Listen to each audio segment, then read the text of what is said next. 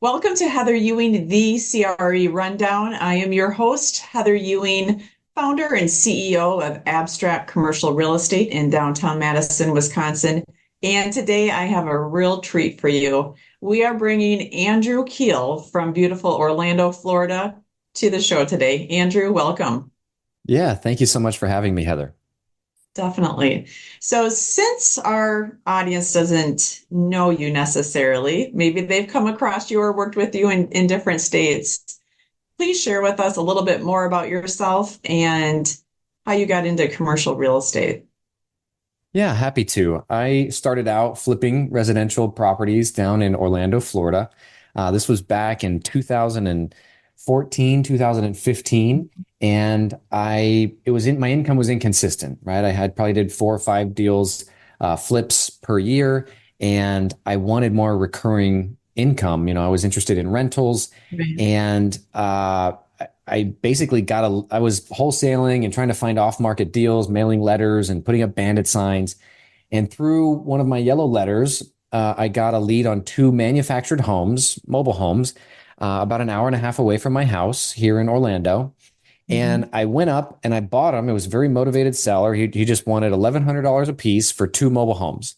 Oh, Um, wow. so I Mhm. bought these two mobile homes, didn't know what I was doing, got the titles, came home and got on YouTube and typed in how to make money with mobile homes. And there was a guy named Lonnie Scruggs who had a whole YouTube channel teaching people how to create mailbox money by selling mobile homes in other people's parks on contract to an end, buyer. So I did that with these two homes. Was very successful with them. Ended up doing 19 more of these Lonnie deals to create that mailbox money, while I was flipping a couple houses here and there. And through that process, I met a mobile home park owner who started giving me the homes in his community that would go vacant, that people would abandon.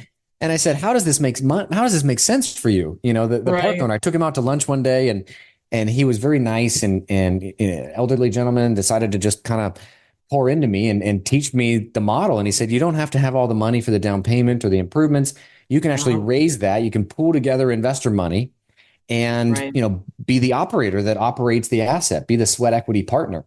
So once I heard that, I had this aha moment and I went all in. I literally went to all the boot camps, read all the books on syndication, Mhm. went to syndicating events. And at one of the events, I was fortunate enough to sit next to a guy that worked at Goldman Sachs and was interested in investing into the mobile home communities. And it was like a God thing. I mean, we just clicked right away. He had the money, but not the time. I had the Right. time and the willpower. So he basically wrote me a check for $5 million dollars to buy our first five mobile home parks. And we did really well on those. It helped me build a track record. So since then, we've bought 43 mobile home communities and 11 self-storage facilities. And, we have a full syndication platform that we pool together investor money and buy commercial assets and manage them to, hopefully get great returns. Right. And that's great. And one of the fun things too is that I have not interviewed anyone yet that is into the mobile homes and self storage. So thank you for expanding us in that sense. And I think it's one of those frequently people don't think about it until kind of like in your example where you come across someone and then one of the signs of a sure entrepreneur really is you have the idea and then you create a plan and you go for it. And I think what kills a lot of people or prevents them from ever getting to that space is that they want to know every little detail, have every I dotted, T crossed, and it just doesn't work that way.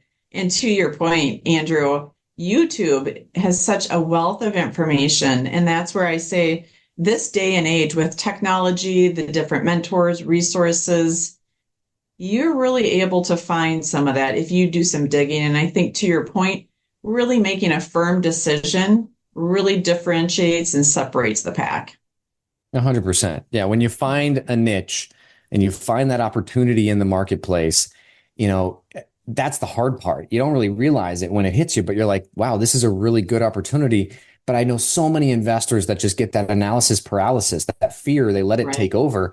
And instead of just following the 80/20 principle, they need to know 100% of everything and then they never get there. So they never get to take that next step. But yeah, it's mobile home parks is an amazing, interesting business model. We love that we're able to provide affordable housing for people that need it, in these secondary, tertiary markets where it doesn't make sense to develop, affordable housing subdivisions. It doesn't. So when we're able to add, buy from mom and pops and add housing, it's really rewarding. And then it also, is rewarding from an investment standpoint.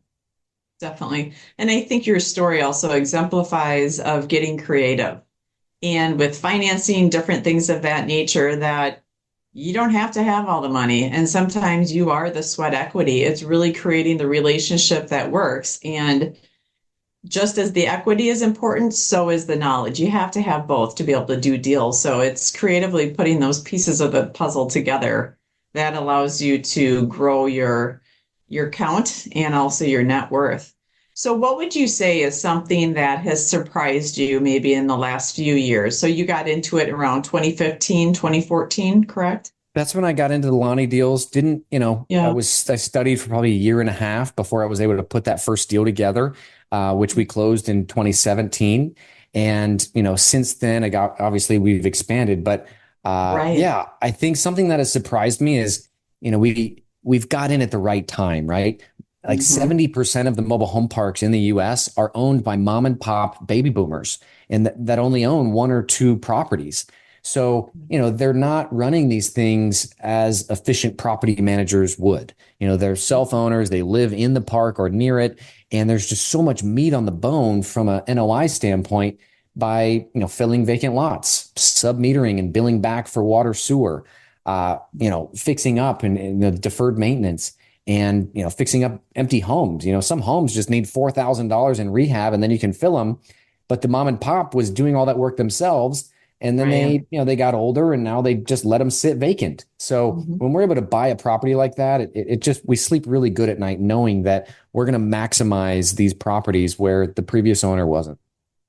Well, and I think also it's the value add, which is what you're saying. And whether it's in retail, restaurant, leasing, sales, whether it's a mobile home, storage, all these different avenues, is it's common to come across these people. And I think it's through effective prospecting, right? Whether it's Yeah. cold calling, door knocking, getting out, going to different networking events, learning, upgrading. And I think kind of a common premise for so many of us is just genuinely wanting to help. And when you see Yeah. someone that's older, especially, you want to make sure that they receive a great deal, right? I mean, we're all going to be older someday. It happens quickly. Yep. And it's the golden rule. And you want to take care of people. And at the same time, you don't know what you don't know. So that's where you're able to come in and really increase the value.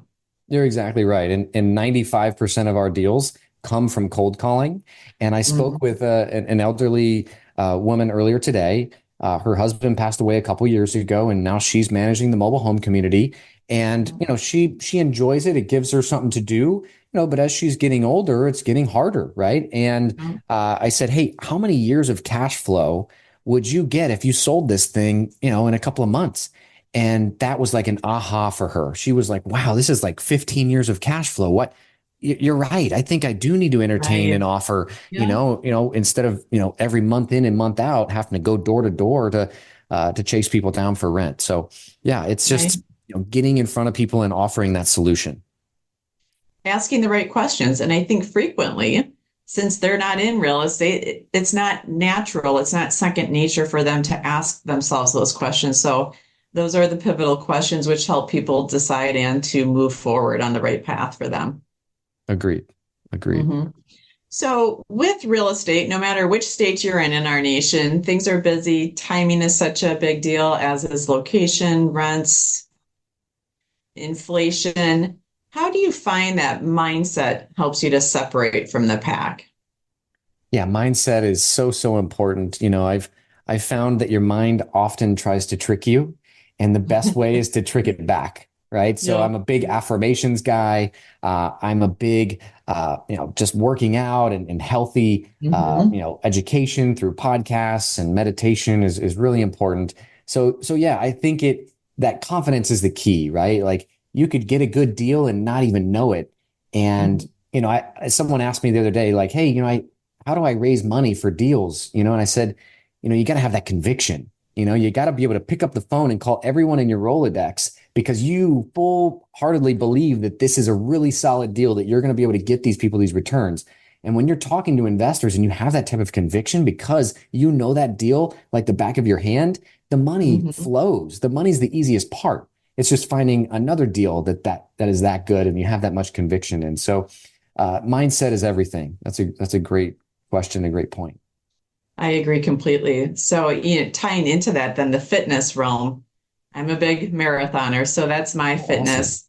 Yeah. How do you see that fitness ties in so well, right? Because frequently you hear people that are too busy. A lot of people are stressed out. Real estate is not for the faint of heart. How do you find time to create it within your day, right? It's a schedule thing. You're married, have a little one, a busy life as well. How do you find and make time for that?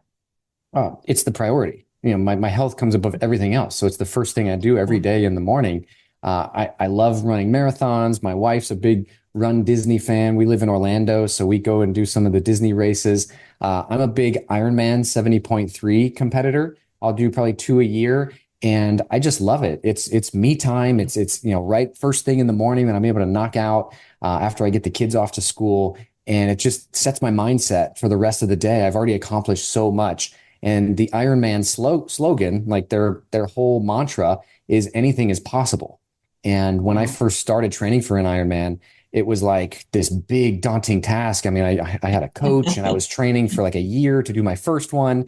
And it was like, wow, like I don't know if I'm going to be able to do this, but I'm going to, go all out. And I put that Yeah. plan in place and I was able to accomplish that. And that carries over now into my business life where it's like, hey, anything is possible. You just have to, set a plan and follow it, and the execution will follow. That is true. It all starts with the plan, and whether there's no plan that is completely perfect and you're going to have to deviate and adjust, whether you're sick or different things happen throughout the day, family, things of that nature. And so I agree with you completely. It's creating the plan and knowing you're going to have to adjust. There's days you don't want to do it and days where you could do it forever. And I also see it as an integral part of people's lives, their health, their business, and the positive thoughts, the mindset really do transcend from that time of physical exertion throughout the day. And that's where I would implore to anyone, even if it's walking, just get outdoors, get some type of movement because it makes such a difference in your life and career. Totally. Yeah. And what you're passionate about is not random. You know, No, I'm a believer, God puts these ideas and these passions in our minds for a reason. And yeah. I think that that's also really important to follow and to pursue those passions, put that plan together, and execute upon them because you're giving him glory when you do so. Well, and I think that's the neat thing too, right? It provides a greater essence. I think it allows you to really see the full realm of what you're doing. It's not just doing deals, right? Or buying and selling. And I think it really helps you to help your clients on the fullest level. And it just gives it more meaning. So I think that's a very important point. And then when you transfer over, all the different forecasts for the year, what do you anticipate happening? What's an area maybe that you're focusing on? Yeah, I don't have a crystal ball, and who knows what the Fed will do with interest rates. Right. I don't, try to predict that kind of stuff. I try to work on what I can control. And what I can control is our operations, our property management, and ultimately driving NOI, like within our properties that we own now. And when we're looking at new acquisitions, it's not, hey, what does this look off of the current income? It's always, hey, what income, what forced appreciation can we create here by increasing the income? How can we do that? And I won't buy a deal unless it's like an obvious, value add that is, it's going to take some elbow grease. Not a lot of operators will buy the same deals because it's a lot of work. But those are the deals that I feel safest in because I know that with our operational efficiencies, we can drive NOI. And I think that Yeah, is where I'll continue to play. that's great. So you've been established now for several years, right? Just about a decade. What advice would you give to someone that's new to commercial real estate, right? What's maybe one or two things that in looking back, you're like, oh, that would have been really helpful to know, whether it's a book, a resource, or maybe one of those powerful pivotal questions. Yeah, I think a lot of people get hung up on the money. Like, how am I going to raise the money for this deal? And I would say that it's important to note that acquisitions and sales and finding deals is the lifeblood of the business. So you need to start there and master that. And if you do so, the money will come, everything else will fit into place where it can. But I think when I talk to new operators out there today, they're so concerned with, hey, how am I going to find the money to this deal? I don't come from a rich family. I don't come from money. And, it's amazing when you get a problem in front of you that you haven't come across before, how amazing the human mind is to find solutions that you never would have even dreamed of, right? That Yeah. you'll find the money. It's just, you got to find a deal good enough that you're willing to stake your reputation on it and have that type Hmm. of conviction that I'm going to make this thing a success. Like there's no, I'm burning the boats. And when you have that kind of Right. conviction, Right. like the money will flood. Napoleon Hill. That's right. Definitely. Yeah. So last but not least, what would you say living fully means for you, Andrew? Living fully. Hmm. Wow. That's such a an awesome statement. I would say, being true to yourself, right? And uh I would say being balanced, and identifying your values, right? Like my values are written on my refrigerator and my bathroom like mirror. So like I see them every day. I consider them, and I have like some daily meditation, mantras that I look at. And again, some people think they're tacky. My brother, for one, he's like, "What are you doing?" Like, you have these weird things you're repeating to yourself that, you're different things to motivate myself. But again, your mind will trick you. Your mind, if you let it, Yes. it will trick you into thinking you're not good enough, you're not capable, you don't know what you're doing. But if you consistently feed it, good food and good thoughts, it will, you can trick it and you can accomplish amazing things. So I think living fully is such an all-encompassing thing that has to do with faith. Yes. It has to do with wellness. It has to do with the people and community that you're around. And yeah, thank you for asking that. Just talking about it gets me excited.